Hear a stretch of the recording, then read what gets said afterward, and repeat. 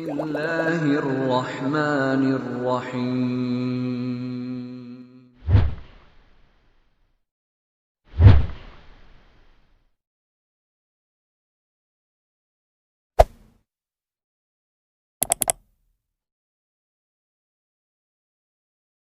Bismillahirrahmanirrahim. Alhamdulillahirabbil alamin. Allahumma salli wa sallim ala sayyidina Muhammadin wasilatina al-'uzma ilaik fi istijabati ma da'una wa tahqiqi ma rajawna wa ghafri ma janaina wa ala alihi wa sahbihi wa man walah. Alhamdulillah, segala puji kita haturkan kehadirat Allah Subhanahu wa taala. Entah apa amal yang hari ini kita lakukan sehingga Allah Subhanahu wa taala memberikan anugerah kepada kita semuanya. Malam hari ini kita berkumpul di masjidnya, mengenang kekasihnya, mengingat Allah Subhanahu wa taala, bersolawat pada Nabi Muhammad sallallahu alaihi wasallam. Maka semuanya itu adalah kenikmatan yang tidak terhingga dari Allah Subhanahu wa taala. Semoga Allah Subhanahu wa taala melanggengkan nikmat ini untuk kita sepanjang hayat kita dan untuk anak keturunan keluarga kita semuanya insyaallah. Amin ya rabbal alamin. Hadirin yang dimuliakan Allah Subhanahu wa taala, kehadiran kita di tempat ini bukanlah satu hal yang sepele. Karena tidak semua orang bisa hadir ke tempat yang semacam ini. Kehadiran ke tempat semacam ini bukan karena jarak. Karena yang jaraknya jauh kadang-kadang datang lebih awal dibanding yang jaraknya dekat. Kehadiran di tempat seperti ini bukan karena kekuatan fisik. Karena terkadang yang fisiknya itu lemah, itu lebih banyak yang hadir dibandingkan mereka yang fisiknya itu kuat. Namun kehadiran kita di tempat ini adalah bagian daripada kasih sayang Allah Subhanahu wa taala yang ingin kita semuanya dekat dengan Nabi Muhammad dan dekat dengan semua kekasih Allah Subhanahu wa taala. Dan Habib Ali sendiri dalam salah satu nasihatnya, beliau pernah menyampaikan bahwasanya dakwahku ini akan meliputi ke seluruh penjuru dunia, ke seluruh alam. Dan maulidku ini akan tersebar kemana-mana. Beliau menyatakan maulid ini akan menjadikan orang itu bisa dekat dengan Allah dan bisa dicintai oleh Rasulullah Sallallahu Alaihi Wasallam. Kemudian di dalam nasihat beliau yang lainnya, beliau juga pernah menyampaikan kita saat ini kan menginginkan kenikmatan hidup. Namun lewat jalur mana kenikmatan itu akan kita peroleh? Beliau Habib Ali menyatakan, saya telah mengamati am'antun nadhara fi syu'uni kulliha. Saya amati semua yang ada ini. Fawajadtu, maka saya dapati semua ladzat, semua kenikmatan itu munqati'ah, pasti akan terputus. Nikmatnya makan hanya ketika kita makan. Setelah itu belum tentu jadi nikmat. Berapa banyak yang sakit karena makanan. Nikmatnya kita istirahat di hotel yang mewah hanya ketika kita di situ. Namun beliau menyatakan semua nikmat itu terputus kecuali nikmat cinta Allah dan cinta Rasulullah SAW. Itu nikmat yang gak akan terputus. Dan beliau juga menyampaikan resep agar kita semuanya bisa dicintai oleh Allah Subhanahu wa taala dan dicintai oleh Rasulullah sallallahu alaihi wasallam. Beliau menyampaikan Allah yuqawwil iman bi mahabbatillah wa rasulihi sallallahu alaihi wasallam. Allah itu menguatkan iman dengan cinta kepada Allah dan cinta kepada Rasulullah.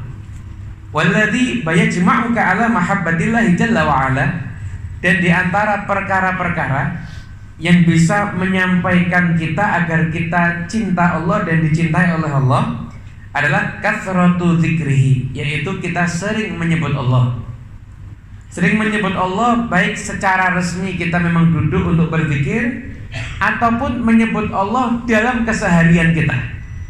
Seperti kita bangun tidur merasakan nikmat, kita ingat kepada Allah Subhanahu wa taala.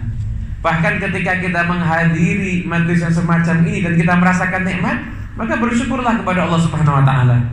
Kenapa? Karena kenikmatan itu kalau disyukuri akan ditambah oleh Allah Subhanahu wa taala. Saat ini kita menikmati bisa hadir majelis maulid. Semoga insya Allah karena kenikmatan ini kita syukuri terus, maka insya Allah nikmatnya akan bertambah. Kita kalau hadir maulid bisa berjumpa dengan Rasulullah SAW, walaupun hanya dalam mimpi kita, insya Allah dalam beliau ridho kepada kita semuanya, insya Allah.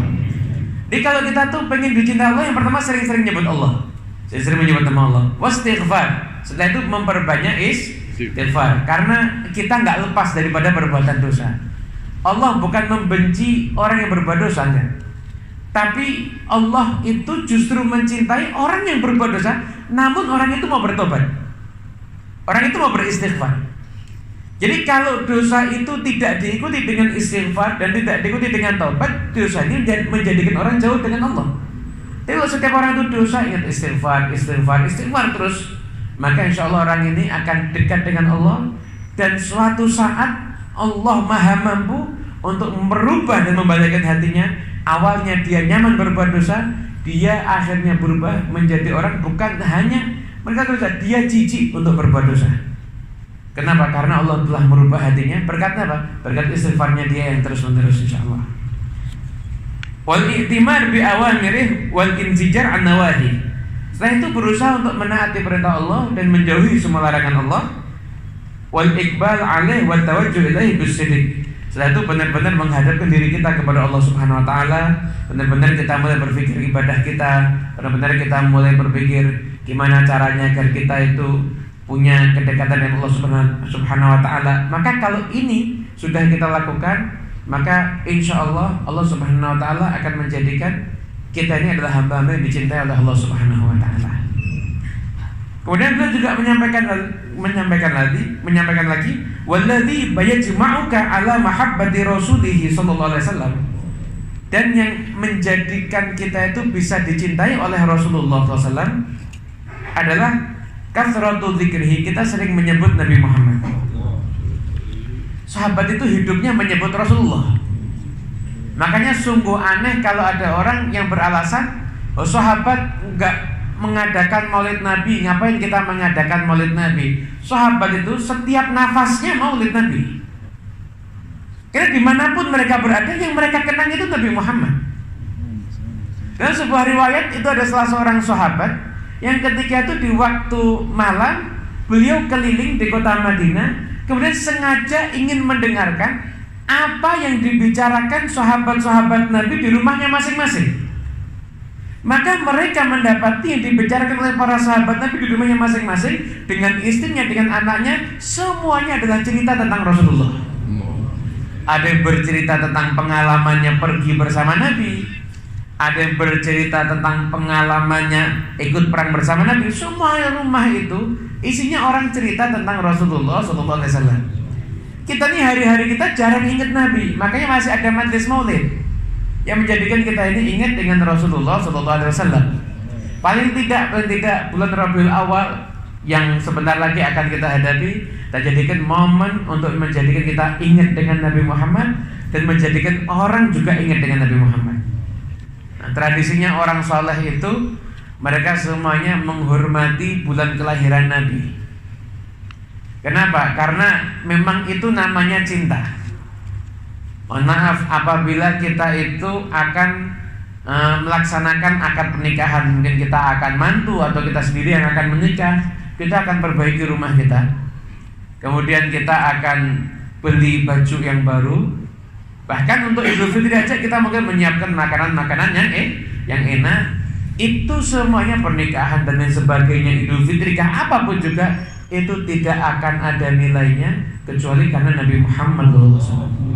Makanya menyambut bulan kelahiran Nabi itu harus lebih istimewa dibandingkan dengan kita akan mengadakan pernikahan dan lain sebagainya.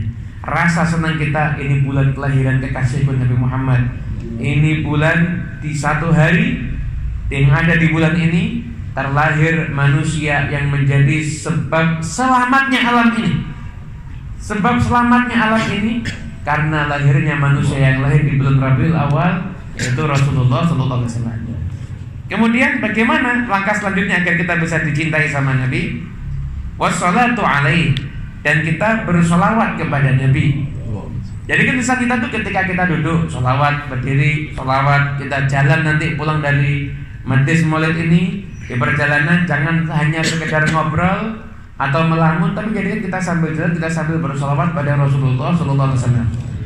Selawat kepada Nabi itu ibadah murah meriah, nggak capek dan nggak repot. Anda nggak harus suci, Anda nggak harus dalam keadaan menghadap kiblat, Anda nggak harus di dalam keadaan Anda di masjid. Namun di setiap tempat, setiap keadaan, hampir-hampir semua keadaan, kita sebenarnya bisa bersolawat kepada Rasulullah Sallallahu Alaihi Wasallam. Maka selayaknya selawat itu kita jadikan kebiasaan kita sehari-hari. Sering selawat kepada Nabi Muhammad SAW. Wal ittiba lahu fi aqwalihi wa af'alihi. Kemudian kita meneladani, mengikuti Nabi dalam perbuatannya Nabi, ucapan-ucapannya, semuanya. Kita ikuti Nabi Muhammad SAW, ittiba kepada Nabi. Enggak mungkin kita bisa sempurna meneladani Nabi, tapi paling tidak mirip-mirip ke diri kita. Nabi Muhammad kalau di waktu duha beliau sholat 8 rakaat sholat duha, kita cukup 2 rakaat, tapi niat meniru Nabi. Nabi Muhammad kalau makan dengan tangan kanan, kita makan dengan tangan kanan, niru Nabi Muhammad. Nabi Muhammad masuk rumah dengan kaki kanan, kita masuk rumah dengan kaki kanan. Ini satu hal yang harusnya terjadi dalam kehidupan kita. Setiap apapun juga kita bisa niru Nabi. Bahkan ketika kita nanti ada hidangan minuman, kita minum dengan tangan kanan, kita niru Nabi. Setiap perbuatan kita niatkan meniru Nabi Muhammad, maka akan timbul dalam hati kita rasa cinta kepada Nabi Muhammad, dan insya Allah kita juga akan dicintai oleh Nabi Muhammad. Karena harapan kita bukan hanya kita mencintai beliau, kita juga ingin dicintai oleh beliau juga, insya Allah. Kemudian dalam redaksi yang lain juga disebutkan wa ihya'i syari'ati, dan menghidupkan syariatnya Nabi.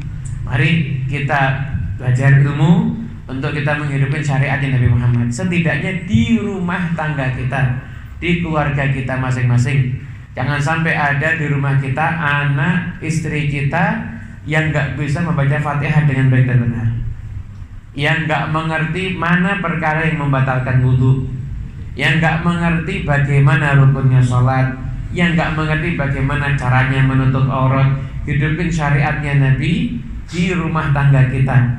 Kalau syariat Nabi di rumah tangga kita yang kecil ini hidup, maka syariat Nabi akan timbul, akan juga hidup di masyarakat kita semuanya, hingga syariat Nabi akan hidup ada di mana-mana, insya Allah. Oleh karena itu, ini adalah salah satu langkah-langkah daripada yang disampaikan oleh Habib Ali bin Muhammad Al-Habsyi, resep agar kita bisa menjadi orang yang mencintai dan dicintai Allah, serta mencintai dan dicintai oleh Rasulullah Sallallahu Alaihi Wasallam. Harapan kita ingin menjadi orang yang dicintai Allah dan dicintai oleh Rasulullah. Dan semoga doa kita dikabulkan Allah Subhanahu Wa Taala. Malam hari ini kita semuanya dilantik menjadi orang yang dicintai Allah dan dicintai oleh Rasulullah Sallallahu Alaihi Wasallam. Syekh Abdul Hasan Asy-Syadzili, beliau dalam salah satu doanya beliau berdoa semacam ini: Ilahi hasanatu muhibbika madnunatul qabul, wa hasanatu mahbubika madmunatul qabul. Wahai Tuhanku, kebaikan orang yang mencintaimu itu bisa diterima, tapi juga belum tentu diterima. Ya Allah, kebaikan orang yang mencintaimu belum tentu diterima. Wa hasanatu mahbubika madmunatul qabul. Namun amal kebaikan orang yang dicintai olehmu madmun, dijamin pasti akan diterima.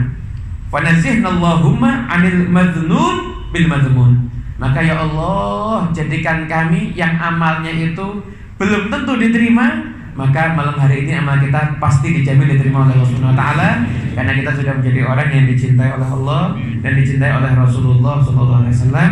Amin.